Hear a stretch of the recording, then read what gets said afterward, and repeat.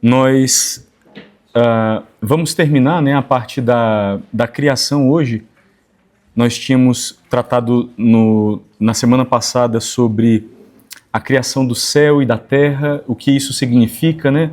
Digo, de todas as coisas visíveis e invisíveis. Falávamos sobre a criação dos anjos, sobre essas criaturas, né? Enfim, sobre a sua hierarquia, as suas hierarquias. Falávamos sobre a hierarquia dos seres materiais também, né? A distinção de qualidade, os níveis diferentes de existência, né, nas criaturas materiais, e chegávamos ao ser humano, a obra do sexto dia.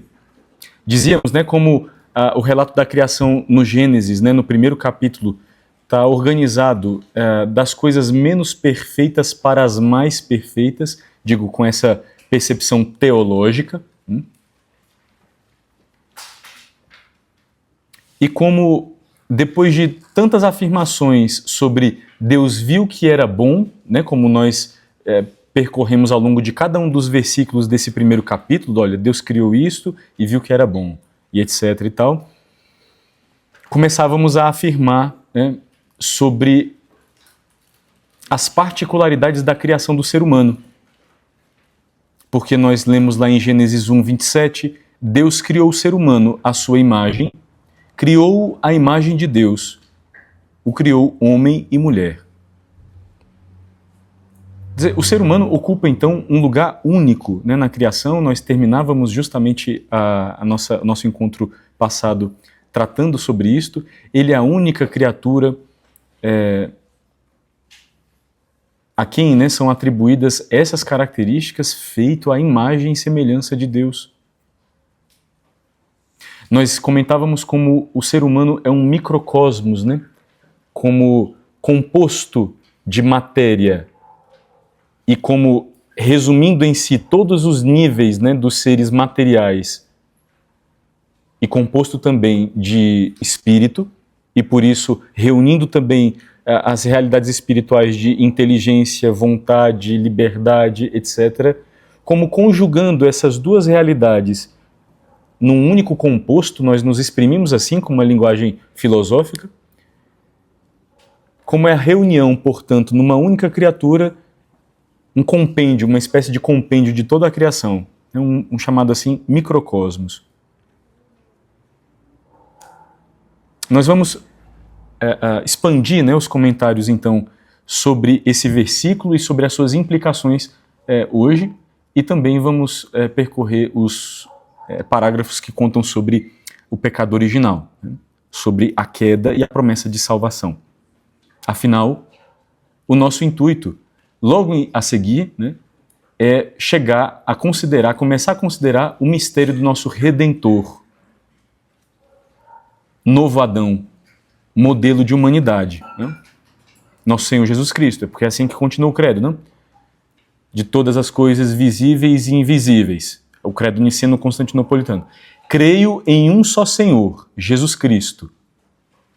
Enfim, né? Logo da criação nós passamos a afirmar a fé então em Jesus, Filho de Deus, que assumiu uma natureza humana em tudo, semelhante à nossa, menos no pecado, enfim. Então, exatamente a criação do homem com digamos, o anexo, não? Que não é propriamente anexo, não, mas com o desdobramento do pecado original, são o vínculo, né, no credo com a fé em Jesus Cristo, Senhor e Redentor. São os nossos próximos encontros. A imagem de Deus. O que é que isso significa? Nós já tínhamos falado isso daqui é só retomando, né? Como nós terminávamos no encontro passado, dizendo que de todas as criaturas materiais, de todas as criaturas visíveis, o homem é o único capaz de conhecer e amar o seu Criador. Nenhuma outra criatura material, visível, é capaz disso. Só ele foi chamado, por estas duas vias, né, a do conhecimento e a do amor, a compartilhar a vida com Deus. Essa é a razão da sua dignidade. foi elevado, né, portanto, a essa condição pela própria bondade divina. O Salmo 8, né, canta essa realidade, dizendo: ó Senhor, começa assim o Salmo, né? Ó Senhor, nosso Deus, como é grande vosso nome por todo o universo. Desdobrastes nos céus vossa glória, com grandeza, esplendor, majestade. Vai cantando, né? Os céus proclamam a glória do Senhor, né? Enfim, vai narrando, né, a grandeza, a soberania, a majestade de Deus. E aí então ele se põe a perguntar: contemplando estes céus que plasmastes e formastes com dedos de artista, perguntamos, Senhor, que é o homem, para dele assim vos lembrardes e o tratardes com tanto carinho? Pouco abaixo de Deus o fizestes, coroando-o de glória e esplendor. Vós lhe destes poder sobre tudo, vossas obras aos pés lhe pusestes. As ovelhas, os bois, os rebanhos, todo o gado e as feras da mata, passarinhos e peixes dos mares, todo ser que se move nas águas, enfim. É assim como vai se expressando o Salmo, né? Dizendo sobre esse papel do ser humano na obra da criação. Quer dizer, contemplando a grandeza de Deus, é isso que diz o Salmo, nós nos perguntamos, como pode ser, não, dados os limites não, da nossa condição, como pode ser que Deus nos tenha privilegiado tanto, nos tenha alçado e conferido uma tal dignidade, que nos tenha colocado com um papel tão especial em relação a tudo o que Ele amou e tudo o que fez, né?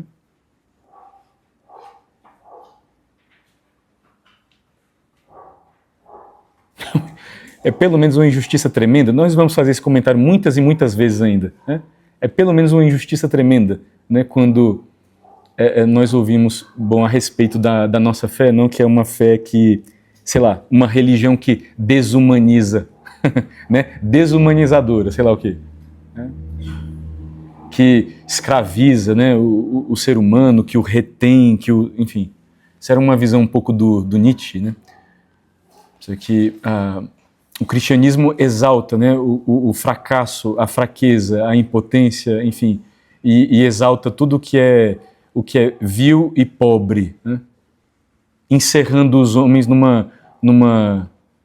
num tipo de vida fraca, meio asquerosa, que não combate, que não quer propriamente o bem para esse mundo. E então, dentro da obra dele, não, esse ideal de um homem liberto, de um homem que matou Deus em si, né, e vive à parte, né, desafeito dos condicionamentos religiosos. Esse homem seria um super, né, homem, quer dizer, um homem liberto de religião e de tudo que ela proporciona no sentido de escravização, né, das suas possibilidades. Meu Deus. O que nós estamos considerando ao longo desses encontros, né, e vamos fazer hoje, é justamente o inverso, né? Pouco abaixo de Deus o fizestes, coroando-o de glória e esplendor. É isso que está lá no Salmo 8. Né? A sua imagem e semelhança, uma criatura de especialíssima dignidade. E depois a nossa fé nos leva a afirmar, né, que Deus mesmo assumiu uma natureza humana. Se fez homem. O verbo de Deus se fez carne, habitou entre nós. É o prólogo do Evangelho de São João. Olha, se isto é uma religião desumanizadora, pelo amor de Deus, me apresentem a humanística. Né?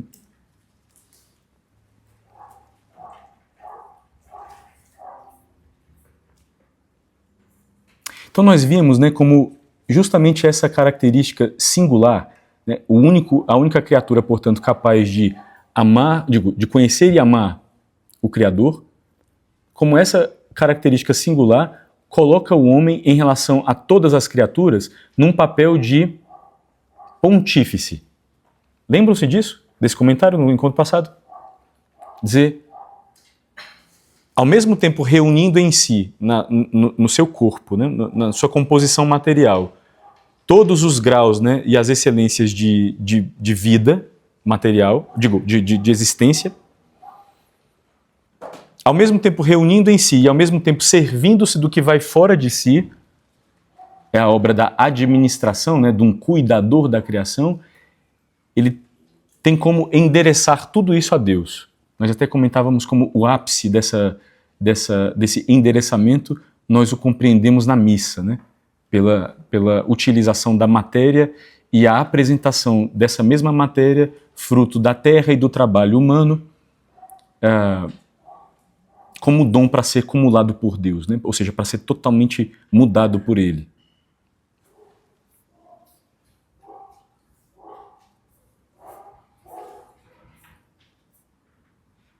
Desde já, antes ainda de chegarmos, né, a considerar o mistério de Jesus Redentor, mas desde já é preciso que nós afirmemos toda essa dignidade, todo esse papel, enfim, que nós enxergamos, né, que nós vemos no ser humano dentro da criação, por conta da lógica, né, do relato do Gênesis. Tudo isto está relatado na economia da antiga aliança, em vistas a ser plenamente esclarecido no mistério de Jesus Redentor, modelo de todo homem. Ou seja, nós cremos que o início da revelação sobre a dignidade do ser humano e sobre o papel do homem e sobre quanto Deus ama o homem vai na criação, vai no relato da criação. O início dessa proclamação de amor e desse, digamos, dessa ostentação de privilégio, não em relação a todo o criado. Mas nós cremos também que o mistério do ser humano só se esclarece definitivamente em Jesus Cristo, o Verbo encarnado. É ali que nós vemos, não na sua plena manifestação, quanto Deus ama o homem, a que altura o elevou, né? E enfim. E de que modo o quer para si, né? Esta é uma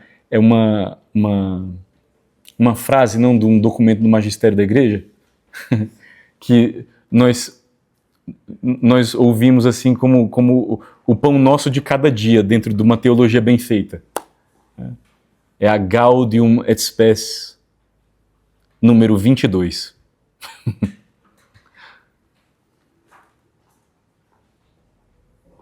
É Cristo quem esclarece o homem ao homem. Né?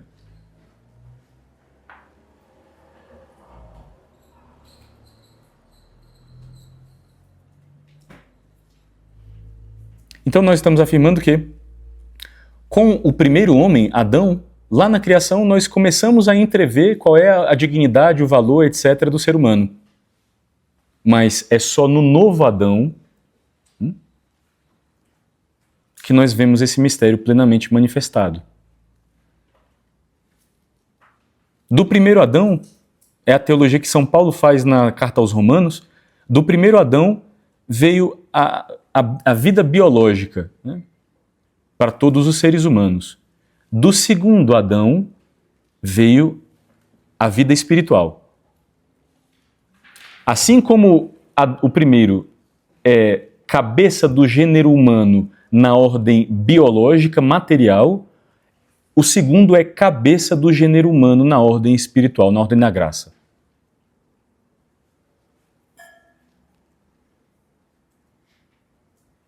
O primeiro Adão esteve no princípio, né, como se expressa assim, né, o relato do Gênesis. O segundo Adão é ele mesmo que não teve princípio. Né? É assim que começa o prólogo do Evangelho de São João. No princípio era o Verbo. E o Verbo estava com Deus, e o Verbo era Deus, etc, etc. Mas certamente, começa assim o prólogo intencionalmente por conta do início do Gênesis. Esse no princípio do prólogo do Evangelho de São João não está... a expressão é a mesma, mas não tem exatamente o mesmo significado. Porque no princípio do prólogo, na verdade, é só uma forma nossa de expressar em linguagem humana aquilo que a gente nem consegue exprimir direito. Que seria um princípio sem princípio, não? Digo, é a eternidade de Deus. Deus existe, nós falamos com essas nossas categorias temporais, desde sempre, né? Bom, desde sempre, parece até que a gente está marcando no tempo, né? Enfim, mas o ponto é, a nossa linguagem é inacurada, imprecisa.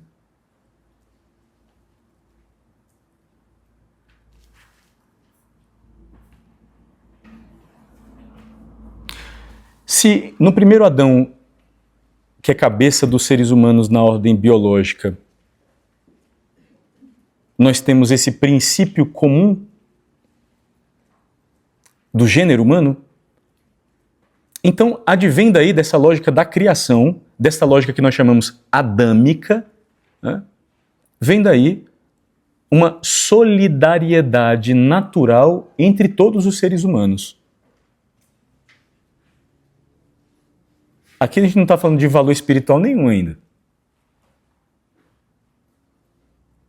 Só de um princípio de razoabilidade, não? Um princípio de razão humana, de aplicação de inteligência. Bom, se a revelação nos coloca o fato de uma origem comum, e mesmo quando eu estou diante de um outro, né, eu percebo dignatário de uma mesma natureza humana que eu tenho, e aquilo que eu quero, né, a nível de respeito, valorização e promoção da minha dignidade humana, pessoal, se o outro é portador de uma mesma dignidade, bom, aquilo que eu quero, né, nesse sentido, para mim, de respeito, consideração e promoção, se o outro é um igual a mim, nesse sentido, então, um outro de mim mesmo, não? Um outro portador da mesma dignidade humana, da mesma natureza humana, então vem daí um primeiro princípio, né? Um primeiro grau de relação humana que é estabelecido por uma virtude que nós chamamos a virtude da justiça. É dar ao outro aquilo que lhe é devido. Bom, porque eu considero o outro como um igual. Essa é uma das características da virtude da justiça, não?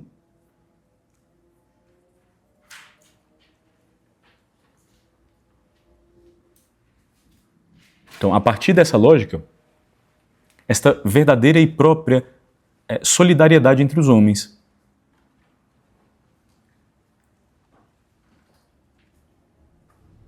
Em nível natural, com essa consideração, se nós olhamos a partir da perspectiva da fé, bom, foram todos criados por Deus à sua imagem e semelhança e, portanto, guardam, né, esta dignidade que Deus lhes conferiu.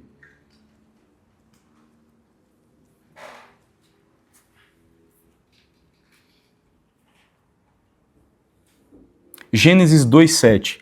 Deus formou o homem com o pó da terra, insuflou-lhe pelas narinas um sopro de vida, e o homem tornou-se um ser vivo, um ser vivente, né, conforme a tradução. Atenção, hein? Formou o homem do pó da terra, é o elemento material, né? Lembra-te de que és pó, e ao pó has de voltar. Não é o que nós repetimos, né, gravando as cinzas na quarta-feira de cinzas sobre as frontes, né, dos fiéis.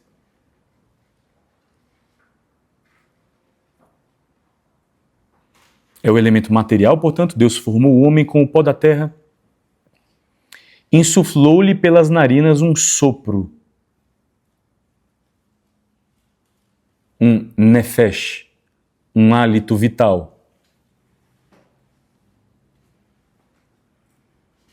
Em grego, psique,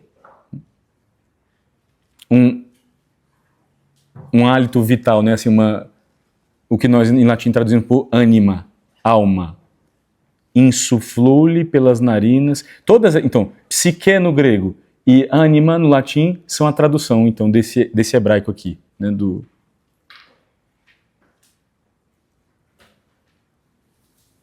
E então, a partir desse ato, tornou-se um ser vivente. Atente então, porque num único versículo nós temos o fato de que Deus quis o ser humano, então, completo. O homem, no seu ser total, corporal e espiritual, né, nesse sentido, então, material e imaterial, foi querido por Deus.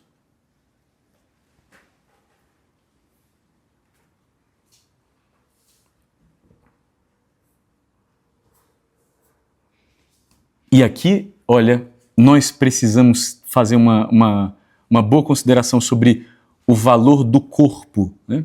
A dignidade do corpo humano enquanto participa desse ser imagem de Deus.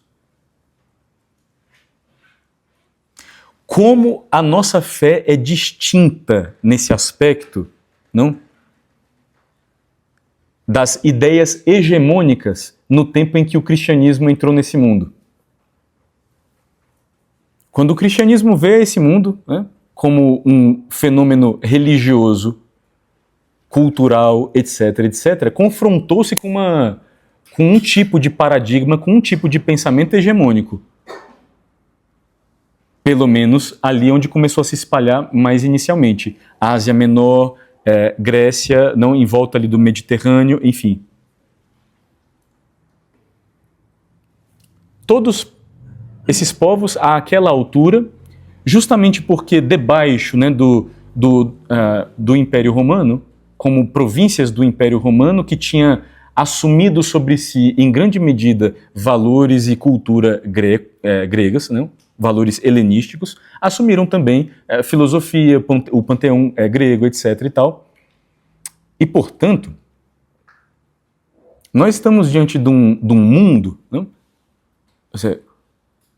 que foi confrontado pela revelação cristã sobre o corpo e sobre a bondade da matéria, quando a ideia hegemônica era uma vinda, por exemplo, de um platonismo ou de um neoplatonismo, não? De escolas neoplatônicas que consideram um princípio assim dual, né? Segundo o qual, dentro da doutrina, por exemplo, platônica, o corpo, né, a matéria, restringe o espírito. É uma espécie de imperfeição. Ou, nos neoplatônicos, é obra até de um semideus maligno, perverso, né, um demiurgo, formador da matéria, que, portanto, encarcerou os seres espirituais, condenando-os nesse sentido, né, a um castigo, encarcerou-os na matéria. Existe, e isso é muito antigo, justamente à base desse tipo de pensamento, uma doutrina sobre o que a gente chama de metempsicose.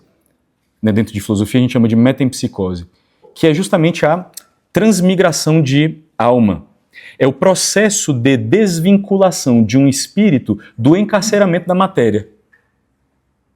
Já ouviram falar sobre isto? Nunca? Espiritismo?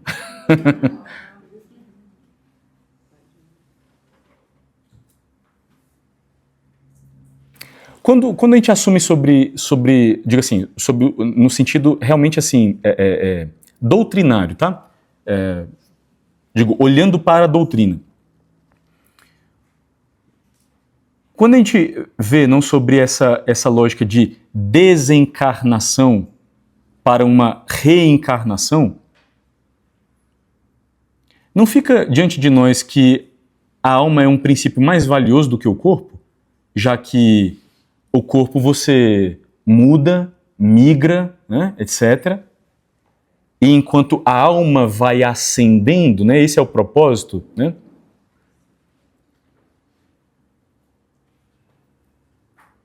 Até desvincular-se do karma, né? Que o karma é o castigo que me submete a sucessivas reencarnações de acordo com a minha qualidade ou qualificação moral ou não, né?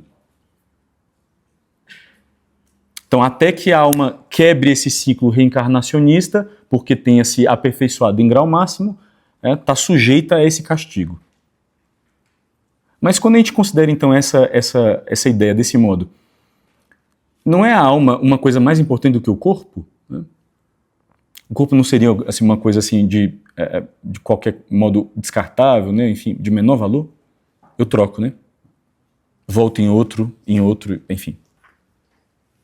No fundo, não está aqui uma percepção, embutida aqui uma percepção sobre a negatividade da matéria? Sobre o fato de que a matéria é uma coisa ruim, né? Que entorpece, né, o espírito, enfim, que atrapalha. Essas filosofias dualistas, rapidinho, essas filosofias dualistas que estão presentes já em contexto grego, é com isso que o cristianismo se defronta, assim quando vem à luz, né, digamos assim, nesse mundo. A gente não vai ter tempo, senão a gente provavelmente ia ficar sem cumprir tudo o que precisava hoje.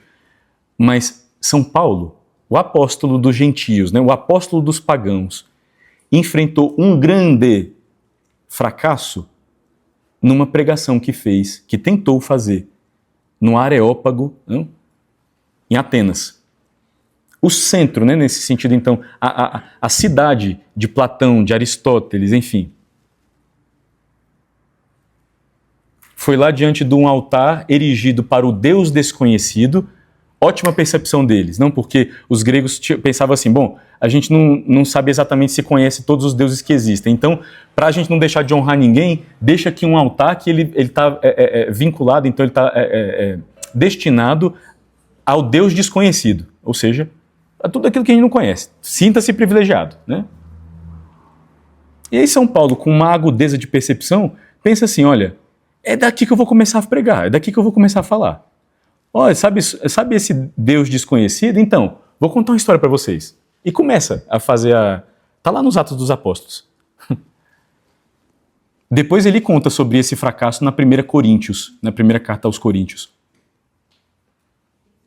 Então São Paulo, que era um homem estudado, não? Ele mesmo faz o louvor de si mesmo, dizendo que teve uma formação esmerada, foi discípulo de Gamaliel, digo assim, o rabino mais ilustre da época, digo assim, o rabino mais ilustre do século I.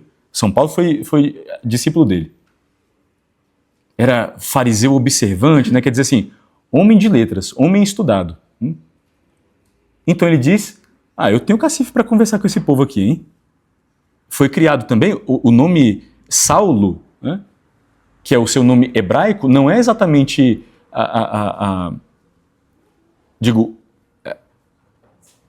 Saulo é o nome hebraico, né?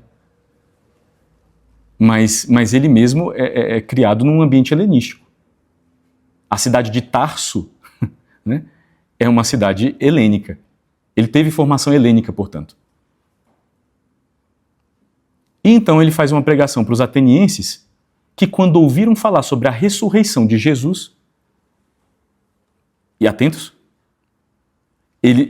esse Deus, então, que ele vinha falando, né, olha, aconteceu assim, assado, etc.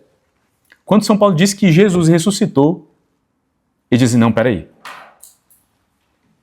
Estava muito interessante, mas a gente não vai te escutar mais falar sobre isso, não. Voltar para o corpo? A percepção que tiveram foi essa. Não pode dizer que Deus se encerrou num corpo e depois que voltou para o corpo. Olha, vem cá, sobre esse assunto aí, essa história de ressurreição aí, a gente vai te escutar num outro momento. Deram as costas para ele e foram embora. Olha lá o fracasso da pregação do apóstolo dos pagãos nos Atos dos Apóstolos. E depois ele chega a Corinto, né, humilhado, né, de orelha baixa, e diz assim, entre vós, nós não quisemos pregar amparados em nenhuma ciência humana, em nenhuma sabedoria humana. Não foi recorrendo, né, à sabedoria humana que nós estivemos no meio de vós para pregar-vos. Nós vos pregamos, né, Jesus, E este crucificado, escândalo para os judeus, loucura para os pagãos, mas para nós, sabedoria de Deus, poder de Deus. Quer dizer, ele diz assim, olha, no meio de vocês eu não tive como quem recorresse a nenhuma sabedoria, nenhuma ciência humana. Eu quis anunciar-vos com aquela parresia, com aquela autoridade, com aquela coragem que vem da graça, que vem da força de Deus. Esse Jesus, então, que é escândalo para os judeus, é loucura para os pagãos, esse que para nós é poder e sabedoria de Deus. Mas o ponto é, fomos nós, né? Digo, os cristãos, quem inauguramos nesse mundo uma percepção positiva, né, nesse sentido, sobre a matéria, sobre o corpo. Essas filosofias não dualistas próprias do ambiente grego, depois, né, com outra roupagem agora mais recentemente no espiritismo, né, no kardecismo. No fundo, são uma diminuição da dignidade completa do ser humano. Né? Porque dizem que tem alguma coisa que está de errado, que devia estar fora, né? A matéria está atrapalhando.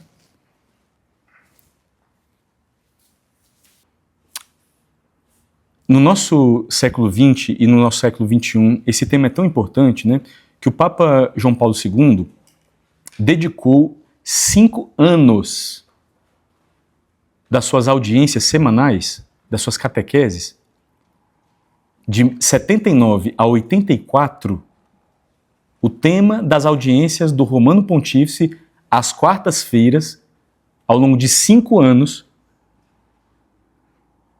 é relativo ao corpo. São relativos, né? Elas estão condensadas num tema que a gente chama de teologia do corpo.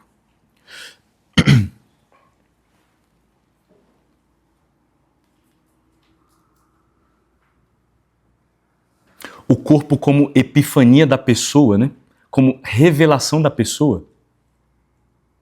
Como é que nós sabemos quando alguém está feliz, quando está triste, quando está motivado ou desmotivado, está cansado, está, enfim. Olha, de bater o olho em você, eu vi que você estava, né? Mas se não fosse o corpo a expressar, né, a pessoa, como é que você... E outra, você se relaciona com alguém por telepatia? Tem sempre um rosto, né, uma identidade, enfim. O corpo é a epifania da pessoa, né? O corpo é linguagem, nesse sentido, então, é sacramento da interioridade, né? Quer dizer, põe manifesto a interioridade do ser humano.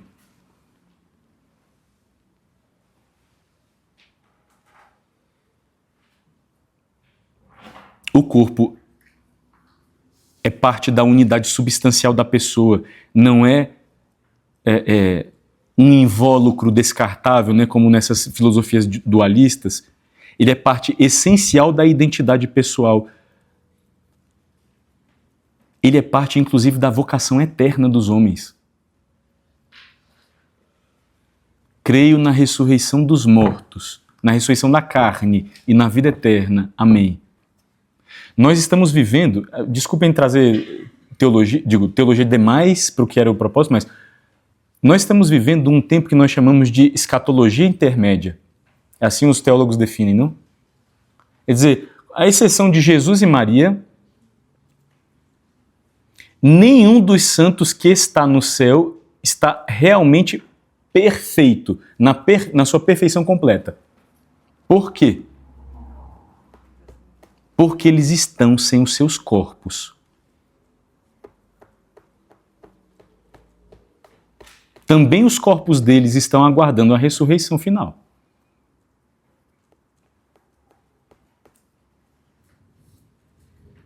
Já pararam para pensar, então, num mistério tão grande como esse que a gente contempla todo dia ali? ali tem um fragmento dos ossos do Frei Galvão.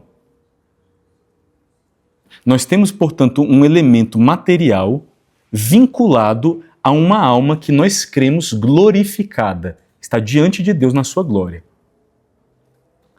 Este pedaço bem ali vai unido, prestem atenção, né? Vai unido, essa é uma unidade substancial, vai unido de qualquer modo a esta alma glorificada. E de um modo sabido apenas por Deus, porque não nos foi revelado propriamente o como, né? No fim dos tempos, bom, cada um será ajuntado ao seu próprio corpo, que será por isso mesmo glorificado.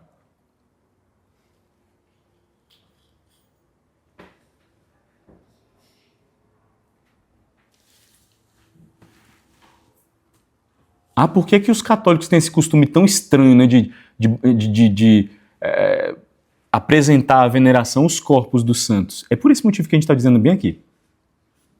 Né, foi interessante, né, a canonização agora do Carlo Acutis. Eu vi na internet, né, o pessoal dizendo assim, mas que costume macabro, né, por conta da urna, né, lá do Carlo, enfim. Que coisa mais incompreensível, né, as pessoas dizendo na internet. Não dá para entender, né, por que... Bom, porque no todo da nossa fé, aquele corpo guarda uma unidade com uma alma que está glorificada diante de Deus.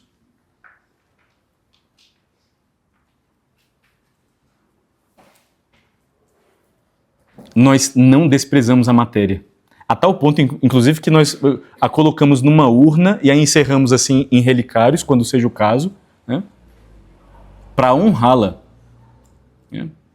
Àquela que nós temos certeza já que será glorificada por Deus, porque a alma está glorificada.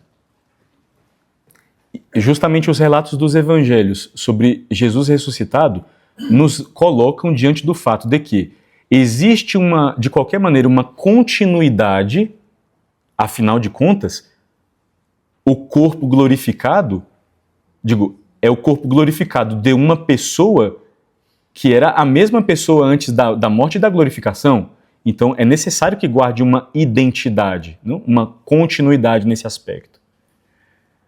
Agora, esses relatos também nos colocam diante de uma novidade, que existe uma descontinuidade. Nosso Senhor ressuscitado aparece aos apóstolos que estavam reunidos a portas fechadas e ele se põe no meio deles. Como? O corpo, um corpo, naturalmente, se a gente pensa em categorias materiais, um corpo é extenso. Ele ocupa um lugar no espaço, portanto. Né? Ele não tem como atravessar uma porta. Né? Bom.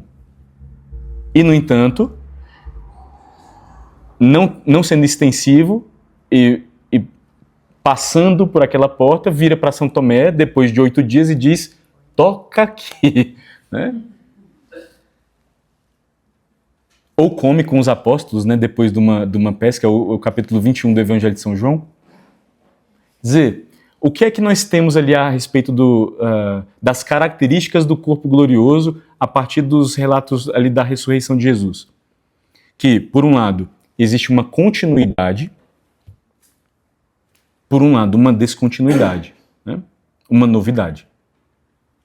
Nós podemos elencar a partir daqueles evangelhos, porque são conteúdo da revelação, e, digamos, sistematizar. Olha, as novidades que nós recebemos são essas daqui. E a continuidade está aqui. Mas...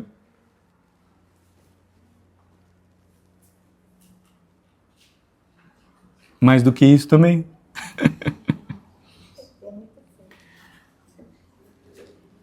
O corpo guarda uma dimensão esponsal. Né? Nós vamos falar isso logo a seguir, né? Quando dissermos sobre homem e mulher.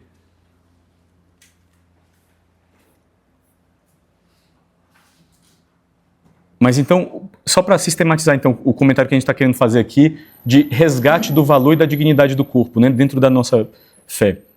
O corpo é epifania da pessoa, é um constitutivo da sua identidade, é um elemento da sua substância. Né? é próprio da sua natureza. O corpo participa da redenção. Desde agora, deve participar. Acaso ignorais que o vosso corpo é templo de Deus, do Espírito de Deus que habita em vós, é São Paulo na carta aos Efésios? E esse mesmo corpo está destinado à ressurreição, à glorificação.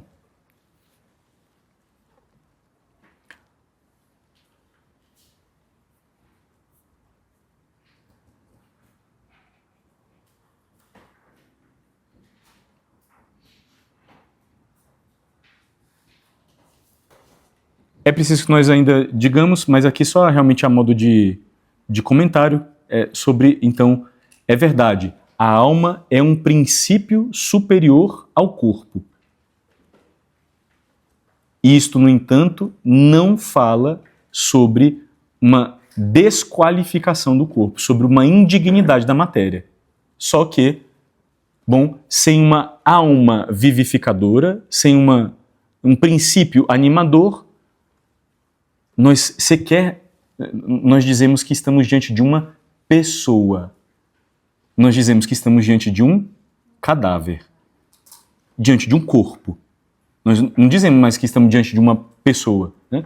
Digo, se o todo da pessoa é alma e corpo, nós, à medida em que compreendemos que a alma se desuniu ao corpo,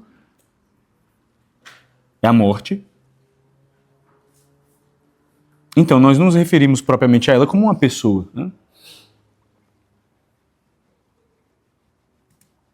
É o ser pessoal dos santos que está aguardando aperfeiçoamento. Os santos no céu não são pessoas completas. Estão completamente cheios de Deus, né? Cheios da glória de Deus nas suas almas, glorificadas, que aguardam que os seus corpos participem da mesma glória. Sim. Jesus e Maria. É a assunção da Virgem Maria. É o dogma, né? Terminado o curso de sua vida terrestre, a Santíssima Virgem Maria foi elevada ao céu em corpo e alma. É o que nós celebrávamos no 15 de agosto. É a Páscoa, né? É a ressurreição da Virgem Maria. A sua ressurreição e exaltação, digo, glorificação.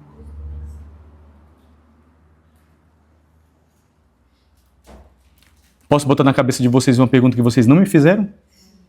Padre, se o céu, então, não é um lugar, nesse sentido, não porque, digo, Deus é espírito, né?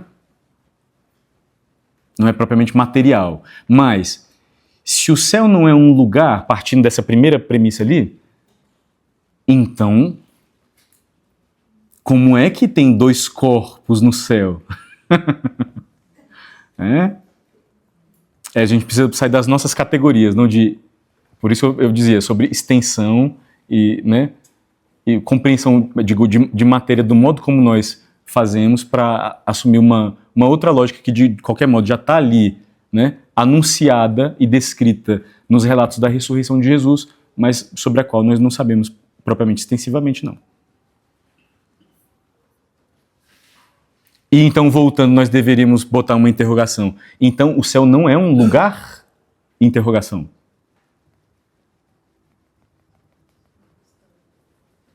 Poderíamos, filosoficamente falando, poderíamos dizer que é um locus, né, é um lugar que não é propriamente extensivo.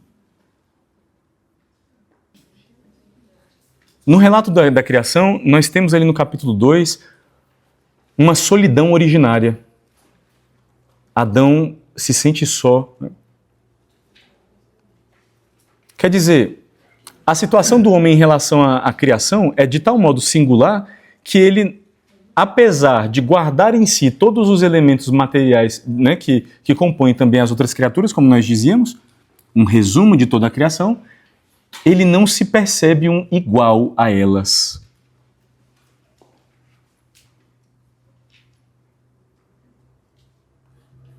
Quer dizer, nenhuma delas é pessoa. Nenhuma delas propriamente retribui, não, para estabelecer uma relação de iguais.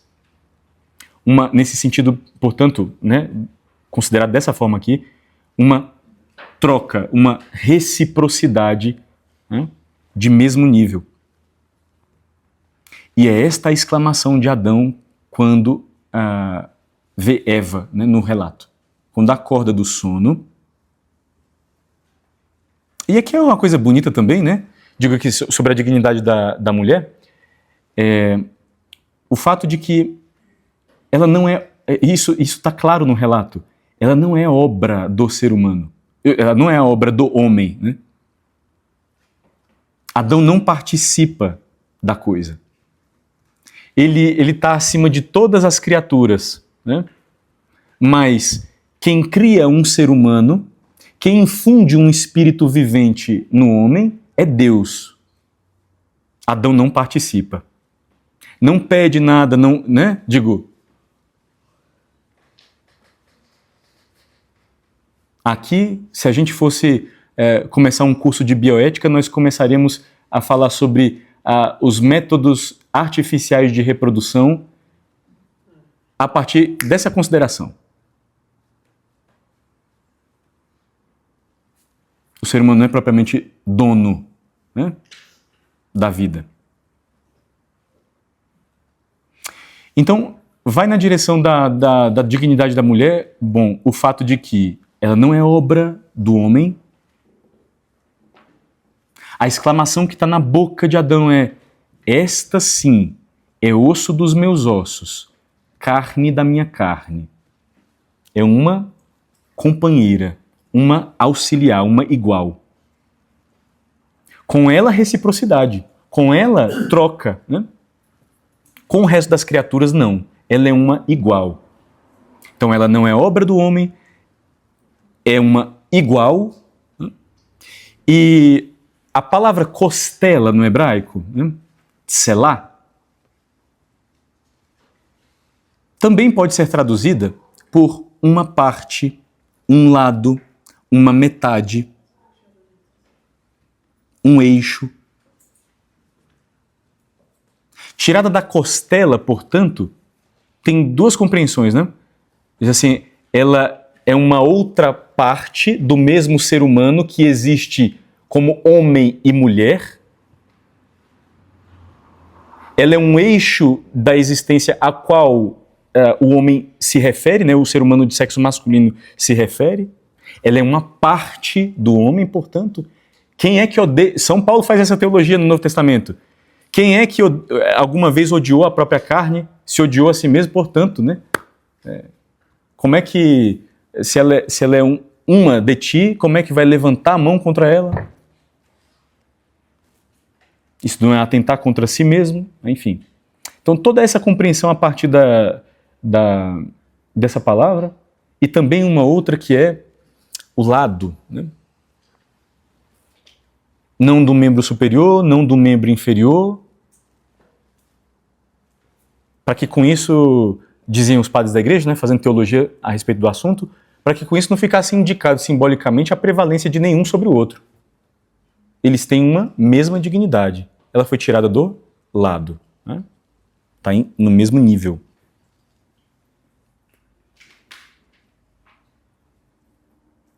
Eles foram feitos, então, um para o outro, né? Isto é tão bonito no hebraico, o nosso português não guarda isto. Também o latim não guarda isto. Mas o hebraico guarda. A palavra homem, né, o substantivo homem é ish. E o substantivo para mulher é ishá. É a mesma raiz que dá origem às duas palavras. Eles são um só, né? São dois modos distintos, mas complementares de ser a mesma coisa, ser humano. É muito bonito isso no hebraico mesmo. E tudo isso está contido, né, na expressão osso dos meus ossos, carne da minha carne, uma igual. Eles foram feitos então um para o outro. criados... Vejam, se Adão se sentia incompleto, se sentia só e agora se sente completo, numa que é igual em dignidade a ele, mas ao mesmo tempo é uma outra, né? É um outro modo de ser humano. É um modo de ser humano feminino. Né? Então, atentos, porque isto vai na direção da insuficiência de cada um dos dois sexos deixados a si mesmos e, portanto, na complementaridade natural deles. A gente não está se referindo só ao aspecto corporal, material, embora isto seja uma verdade também.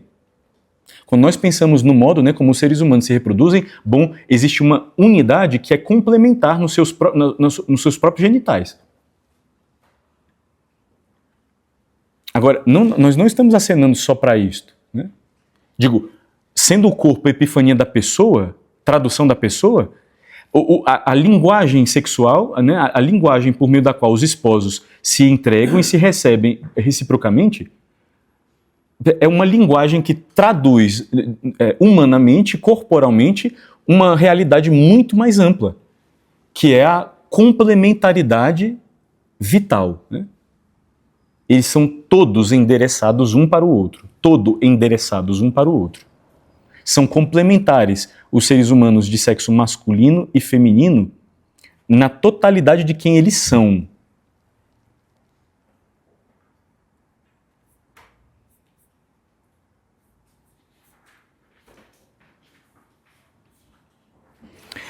Então, por um lado, são distintos um do outro, né, como nós dizíamos.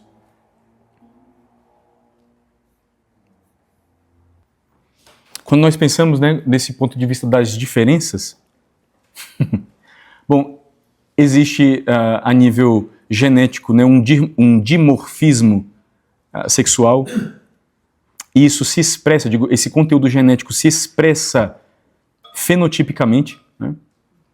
Os homens, em geral, têm maior massa muscular, maior densidade óssea, menor percentual de gordura corporal. As mulheres, maior percentual de gordura subcutânea. Eu sei, isso é um assunto sensível.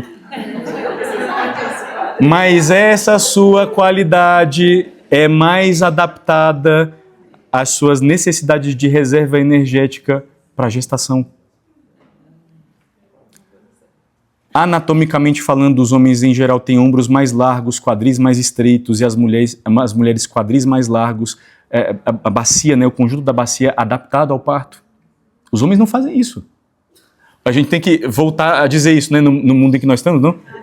Os homens não fazem isto. Né? Claro, os órgãos sexuais, né, digo, todo o sistema reprodutivo, o modo, digo, não só o seu aspecto externo, senão os seus próprios componentes, né? E todo o ciclo de hormônios vinculado é absolutamente diverso. Né? Os ritmos nesse sentido, né? Como cada um funciona, são diversos. Homens têm níveis mais altos de testosterona, associados por isso mesmo ao desenvolvimento de massa muscular, pelos, voz grave, comportamentos de dominância, busca de risco.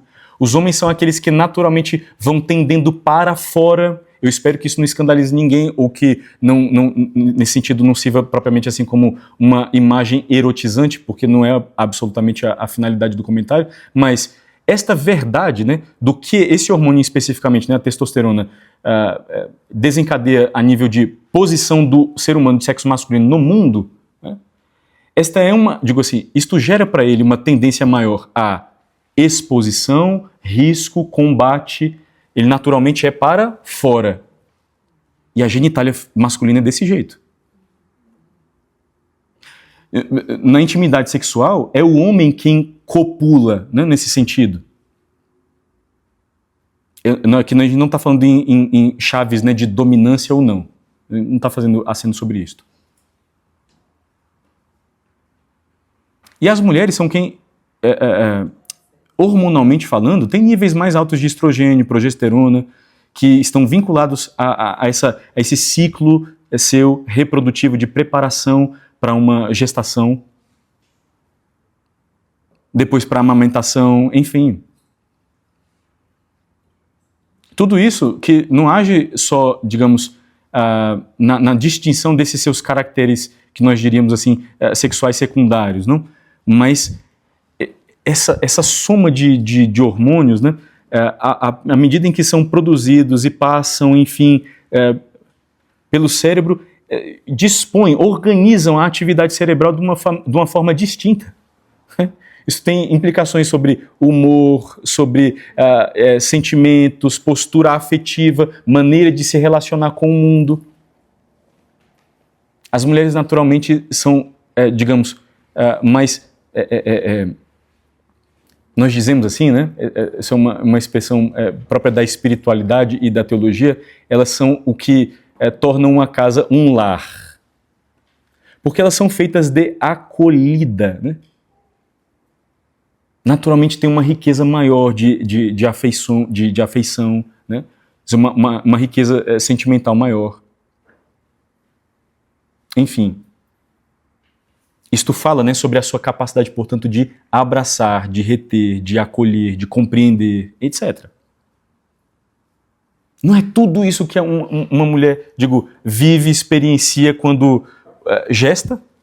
Que vamos voltar ao óbvio, que é uma coisa que só as mulheres podem fazer?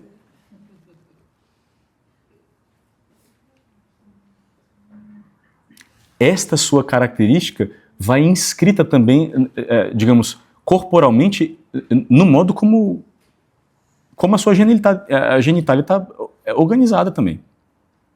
É ela quem acolhe, nesse sentido. E, de novo, não no sentido erotizante, não no sentido de dominância ou qualquer coisa, mas é a mulher também a acolher, a receber nesse sentido. Né? Isto é uma verdade do todo do que significa ser mulher. Claro, não é só isso, mas se traduz também assim, como a gente fazia a mesma consideração, por exemplo, em relação aos homens. Meu Deus, aqui a gente está falando de diferenças assim, anatômicas, corporais, etc. Mas se a gente fosse entrar para neurobiológicas, cognitivas, os cérebros masculinos tendem a ser 10% maiores, acompanhando a estatura corporal. Isso não significa mais inteligência. Ao contrário, é o cérebro feminino quem mostra maior densidade de conexões sinápticas, neurais.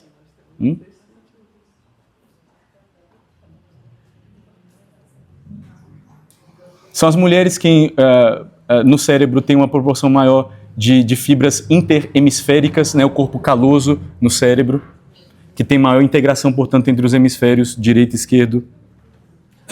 O hipotálamo dos dois sexos funciona diferente. A regulação hormonal, né, o comportamento sexual, isto é distinto, naturalmente distinto.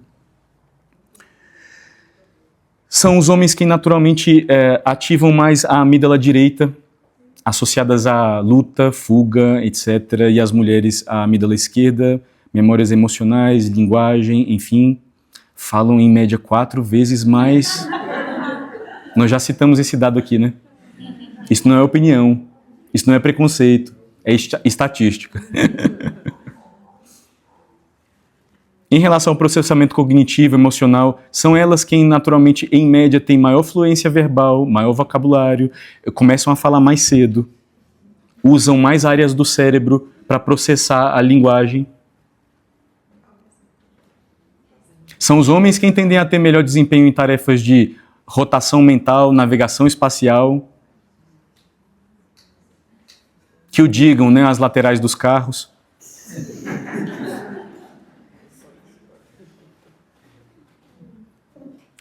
São elas quem naturalmente ativam mais áreas do cérebro ligado à empatia, à leitura emocional, são o giro fusiforme, a ínsula, enfim.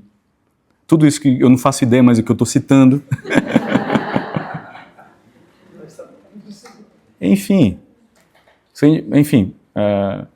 ciclo hormonal, plasticidade, tudo isto. Enfim, o ponto é, são diversos, né?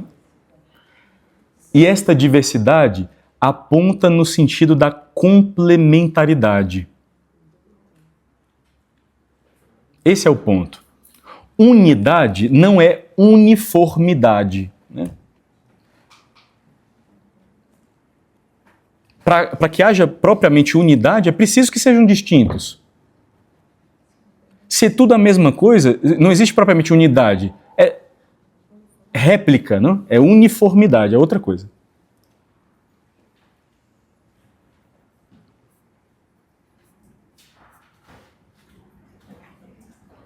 Então, são o homem e a mulher vocacionados para dominarem a terra, como administradores de Deus, etc, etc. Esse primeiro casal foi criado num estado, né, de amizade com Deus, de harmonia consigo mesmos e com a criação, que nós chamamos de estado de santidade e justiça original.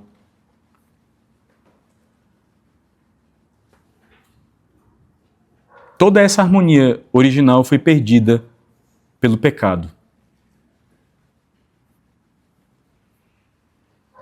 Do mesmo jeito como nós dizíamos que a verdade, a dignidade, etc., sobre o ser humano vão plenamente manifestados em Cristo, embora no relato da criação, né, o capítulo 3 do Gênesis, né, como decorrência do relato da criação, exista também o relato do pecado original, né, da queda, e a partir dali nós comecemos a discorrer, a entrever, não, a realidade do pecado como oposição a Deus, como cisão, né, consigo mesmos e como crise com a criação, porque são esses vários desdobramentos, não, que causam o pecado. Apesar de que nós comecemos a ver as coisas assim a partir da criação, é também só aqui que nós conhecemos na plena extensão o que significa o pecado.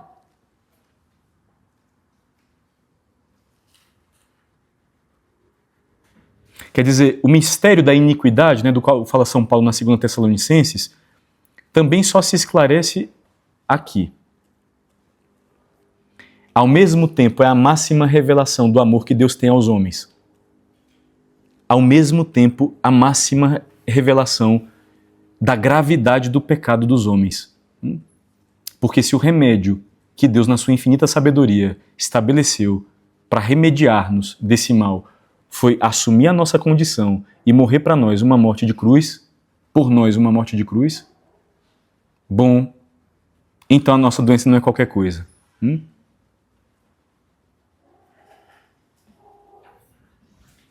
E é aqui que nós devíamos, é a partir daqui que nós devíamos, eu vou passar 5 minutos, tá? É a partir daqui que nós devíamos considerar e desmascarar o pecado. Né? É enquanto recusa e oposição a Deus. Esta é a primeira verdade a respeito do pecado. Recusa e oposição a Deus.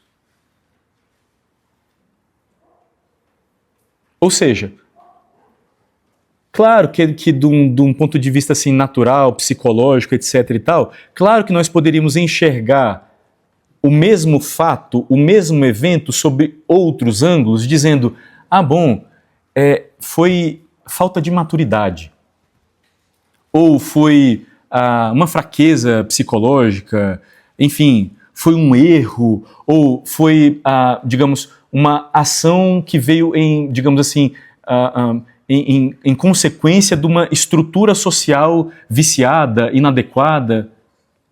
Todos esses ângulos que podem ser, né, levados em conta na hora que a gente, digamos, pensa sobre a complexidade desse ato moral, as suas implicações, as suas consequências, a sua imputabilidade moral ou não, verdade, tudo isso. Mas nenhuma dessas coisas sozinha, nenhum desses ângulos sozinho, esclarece, assim, profundamente qual é o drama e a verdade do pecado, que é recusa e oposição a Deus.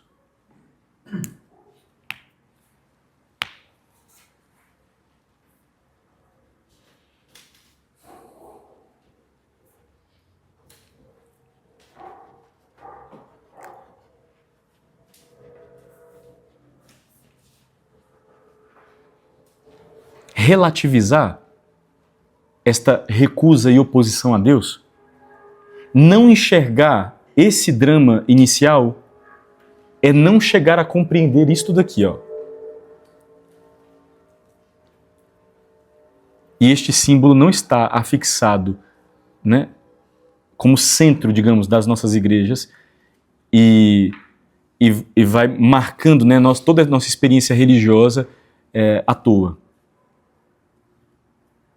Porque se a revelação nos diz, né, e Deus, portanto, nos diz que por nós homens e para a nossa salvação desceu dos céus, para a nossa salvação, isso implica dizer então, para que nós fôssemos libertos dos pecados. O Novo Testamento é claro sobre isto. Nosso Senhor é claro sobre isto. Este é o cálice do meu sangue, o sangue da nova e eterna aliança que será derramado por vós e por todos para a remissão dos pecados. É Ele mesmo quem dá à sua morte o significado salvífico, redentor, para a remissão dos pecados. Se nós, portanto, relativizamos essa verdade sobre o pecado como oposição e recusa a Deus, nós desmontamos o edifício da nossa redenção.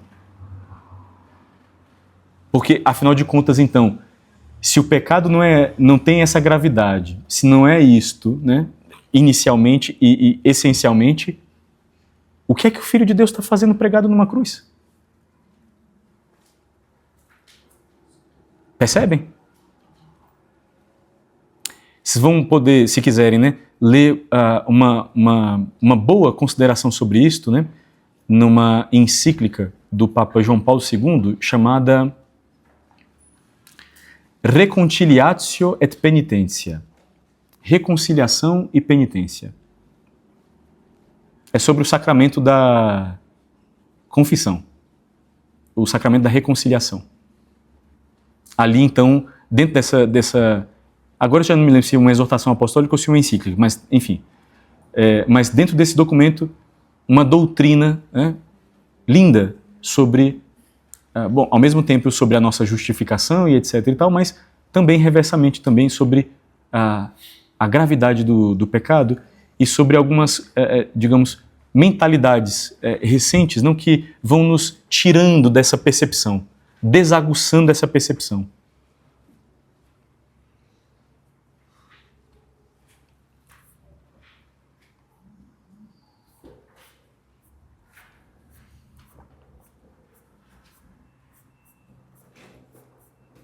Por trás do primeiro pecado, existe uma voz sedutora, oposta a Deus. É um anjo decaído que as Escrituras e a tradição da igreja chamam de Satanás ou Diabo.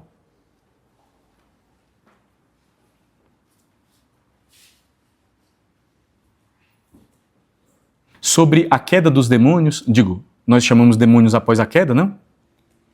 Mas são anjos, né? Nós encontramos na segunda carta de São Pedro, capítulo 2, versículo 4. Com efeito, Deus não poupou os anjos que pecaram, mas lançou-os nos abismos tenebrosos do inferno. 2 Pedro 2, 4. Então a Escritura fala do pecado desses anjos, né? É esse versículo que nós acabávamos de citar. E no que consiste o pecado desses anjos? Porque, nesse sentido, então, o pecado é uma invenção angélica, né? Consiste justamente na livre opção que fizeram contra Deus e o seu reino. Sobre qual era o conteúdo desta oposição, desta rebelião, bom, os teólogos, né, os santos conjecturaram bastante. A verdade é que nós propriamente não sabemos. A opinião mais aceita, assim, a mais, né, popular, digamos, é a sobre Deus ter manifestado a eles, antecipadamente, o seu desígnio de encarnar-se.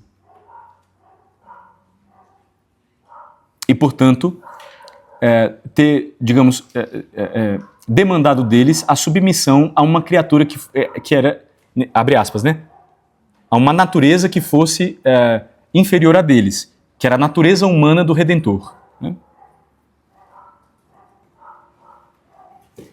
Faz pensar que sim.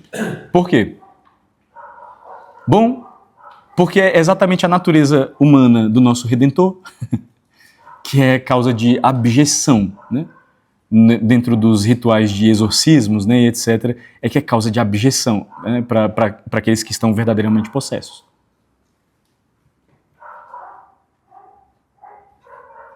Mas o fato é, propriamente falando, nós não sabemos.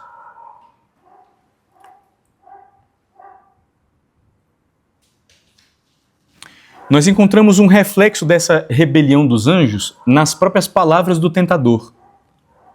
Olha, sereis como deuses. Essa é a tentação, não? Vocalizada. Ele é chamado o pecador desde o princípio. É 1 João 3,8, ou o pai da mentira. É Nosso Senhor quem o chama assim. João 8,44. O pecado dos anjos é irrevogável, né? Não tem arrependimento por conta da inteligência deles. Não podem se arrepender porque sabiam em toda a sua extensão os efeitos da escolha que faziam. E, portanto, aqueles que se rebelaram incontornavelmente. Isto não é verdade a respeito dos homens, porque a nossa inteligência não é, como a inteligência angélica. Nós não chegamos a antever todos os desdobramentos das nossas más ações. E, portanto, nós não conhecemos extensivamente, né, o dano ou o mal que nós fazemos a nós mesmos e aos outros pelos pecados que nós praticamos. E, portanto, para nós, se a nossa inteligência nesse sentido não é tão abrangente, nós temos oportunidade de arrepender-nos. De desgostar daquele caminho e dizer não. Mas então foi nessa mentira perniciosa, não sereis como deuses, e nesse embuste de orgulho que Satanás envolveu o primeiro casal, induzindo a impostar-se contra Deus também. Atentos, né? O poder de Satanás não é infinito. Satanás é uma criatura, verdade, poderosa pelo fato de ser puramente espiritual, mas de qualquer modo criatura. Ou seja, embora exerça no mundo uma ação vinda do seu ódio contra Deus e ódio contra o reinado de Deus, a soberania de Deus, etc., etc., e embora possa causar graves prejuízos de natureza espiritual e indiretamente também de natureza física, a cada homem e até ao conjunto dos homens, né, reunidos em sociedade, essa ação não é infinita, né? Ou, para dizer também de uma outra forma, que em nós combata um outro tipo de dualismo, que nós chamamos maniqueu, nós não temos dois princípios duelando eternamente, né, com forças idênticas, né? Nós na nossa doutrina não tem espaço para yin e yang, né? Um princípio bom é Deus, né? E o princípio malévolo é o diabo. E eles vão batalhando, né? Até o fim do mundo, né? Para ver quem é que prevalece sobre quem. No final das contas, ninguém prevalece sobre ninguém. Agora, como nós já tínhamos considerado, também o fato de que Deus permita a ação diabólica é um mistério. Um grande mistério.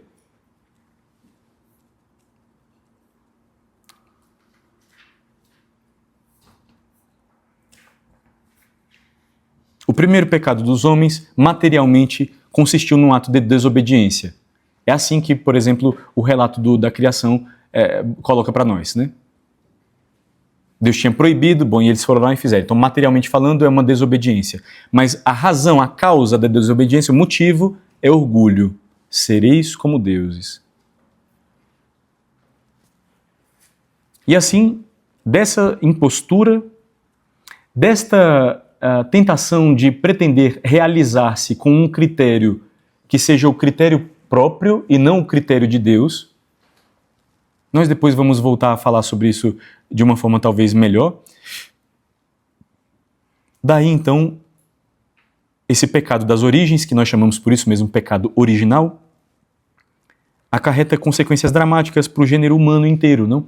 Porque se ali vão os cabeças, né, dos homens, dessa sua primeira desobediência decorre para todo o gênero humano. Então, este estado de inimizade, de afastamento de Deus, ao qual nós chamamos pecado original. Então, o pecado original não é propriamente um ato que a pessoa tenha praticado. Ele não é um pecado pessoal. É um estado de inimizade do gênero humano, naturalmente, quando vem esse mundo, depois do pecado das origens, que precisa ser sanado. É preciso que o ser humano seja reconciliado, né, com Deus. Aí viram para nós e dizem assim, mas pelo amor de Deus, como é que batizam crianças, né? Eu batizei meu sobrinho esse domingo. 1 mês. Que absurdo, essa criança não tem pecados, e o batismo é a remissão dos pecados, né? A justificação pela fé em Jesus Cristo que nos redimiu dos pecados. É verdade, o pecado original não é um pecado pessoal. É verdade, essa criança aqui não tem pecados pessoais, né? No entanto, nós todos viemos a esse mundo num estado de oposição, de afastamento a Deus, que nós chamamos pecado original. Nós todos viemos como degredados filhos de Eva, assim dizemos na Salve Rainha, né? E, naturalmente falando, não estamos numa situação de amizade e de graça com Deus. É preciso que nós recebamos a graça de adoção, a graça de filiação, que é a graça do nosso Redentor Jesus Cristo. E isto se opera ordinariamente pela recepção do sacramento do batismo. É por isso que nós batizamos crianças. Não as proibais, não as impeçais, delas é o reino de Deus, é o que diz Nosso Senhor no Evangelho de São Marcos. Ele abraçava as crianças, as abençoava, impondo-lhes as mãos, e repreendia os discípulos que as queriam afastar.